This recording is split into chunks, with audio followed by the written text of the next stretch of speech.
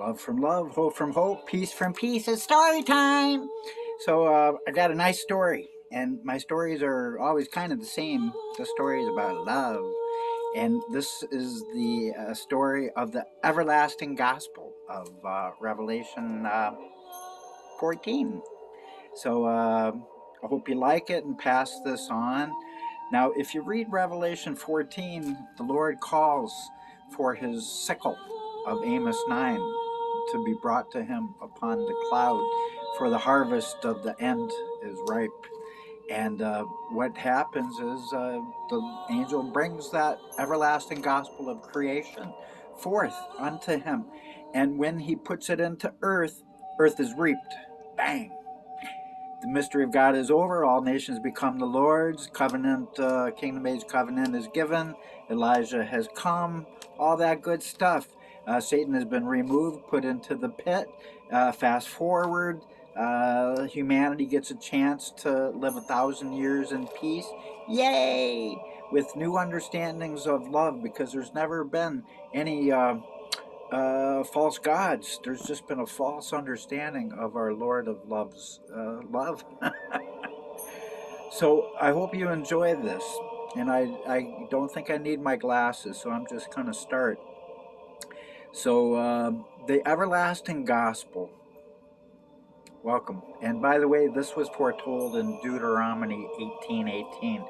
Moses said one like him was coming, and when he said that, he was saying a writer like him and a covenant giver like him, because I've given the covenant of Jeremiah as the kingdom age covenant that was correctly addressed to Israel and all mankind. It says so.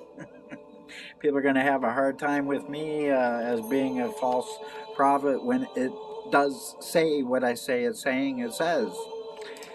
So enjoy the reading of the everlasting gospel written by the Lord's inspiration.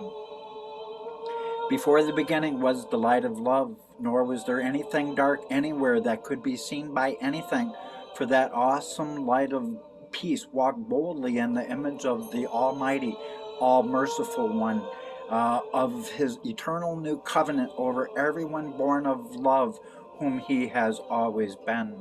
For those who love are born of God and know God, because God is love. And never forget, before I finish this up here, never forget that for God so loved the world that he gave his only begotten love, so that whosoever would love should not perish, but have everlasting love and everlasting life, saith the Spirit of love, as the Lord pours out his Spirit of love upon all flesh in the end times, as the prophet Joel and Peter the Apostle foretold in the book of Acts.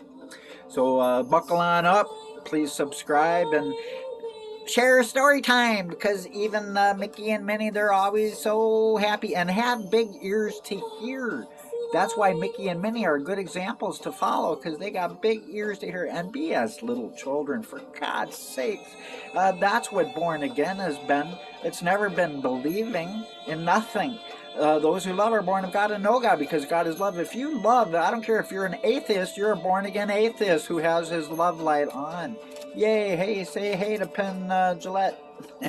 That guy was smart. He always said, how badly do you got to hate someone not to run over and proselytize and tell them the very best good news that's going to save him from the rhino that's hiding around the corner.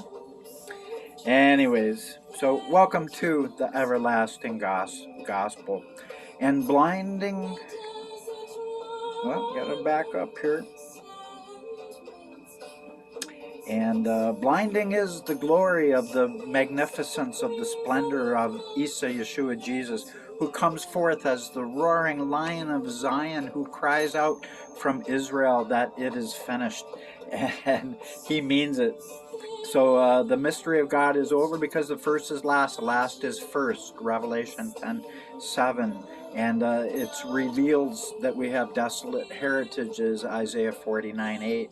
For I am the latter-day Daniel, Daniel 12:13, who brings forth the shattering of the power of the holy people as the sun of love arises, Isaiah 60, to destroy that gross darkness in this hour as mercy goes before him. And he says, by the way, I'm going to return my terrifying anger, Jeremiah 30:24, and stop the fast rising great tribulation if people will just give him what he wants, love. And the Lord said, and the blinding rays of his sun, getting all these long hairs, and the blinding rays of his Son of love was like an angelic Son of God, who's always ablaze with such a glorious light of love that nothing under his smile of true compassion for all ever could have withered away towards any lovelessness. Neither was there any blackness anywhere within any distant corner of all that once was, nor were there any places of darkness, any place where our most beloved Adonai was. Even the nothingness of some distant shadows couldn't exist around his unending presence of love, which filled up every space within all infinity and far beyond, if that is possible. I like my love hat. That's what we all need, is a love hat. And yet, at the very same time,